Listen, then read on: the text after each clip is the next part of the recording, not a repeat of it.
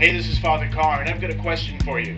How are you preparing for this Lent? Or better yet, how are you living this Lent? And what is your goal? Is your goal to come closer to Christ? Is your goal to do the will of God? Well, if your goal is to do either one of those things, maybe the question we need to ask is, what does that mean? Because there are many who will say, I want to live a life where I do not sin. Well, besides the fact only Christ is sinless, you realize that if you're living a life where you're focused on not doing anything wrong, that doesn't mean you're doing anything right. And St. Paul talked about that. He said that if you lived your life where you could even give your body to be burned, but not do the will of God, and I'm going to talk about what he said in a second, then you are a noisy gong and a clanging cymbal. Well, what is it we are doing when we're doing the will of God? We're doing what God commanded us to do. And what are his commandments?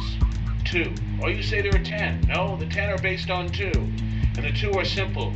Love the Lord your God with all your mind and heart, soul, mind, and strength, and love your neighbor as yourself. Those are the 2 commandments. And so you and I are called to be people of love. Period. That's where it all begins.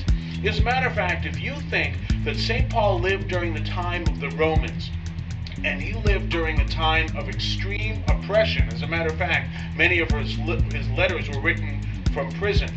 And he said if we were living the law of love, we were automatically living in such a way that we were showing people about the reality of the gospel.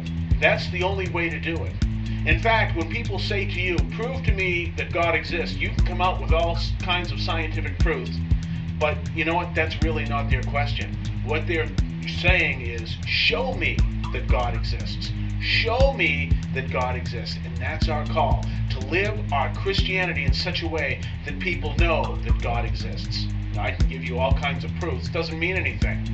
What I'm going to tell you is the more we seek to live the gospel in the way that God tells us to, the more we seek to love one another, the more we become people of love, even loving those people who are our enemies, or even more so, people who feel that they cannot be loved by God, or people who say we shouldn't love, then we are manifesting the gospel, and that's our call. Remember, there are many people who sarcastically will say that the role of the Catholic is to pay, pray, and obey. That's a lie. That is a pure lie. That is pure anti-Catholicism. At your baptism, you were called to be people who spread the gospel, and there's only one way to do it, that is to grow in people of love. So during this Lent, let part of our prayer be, Lord, lead me to love you more.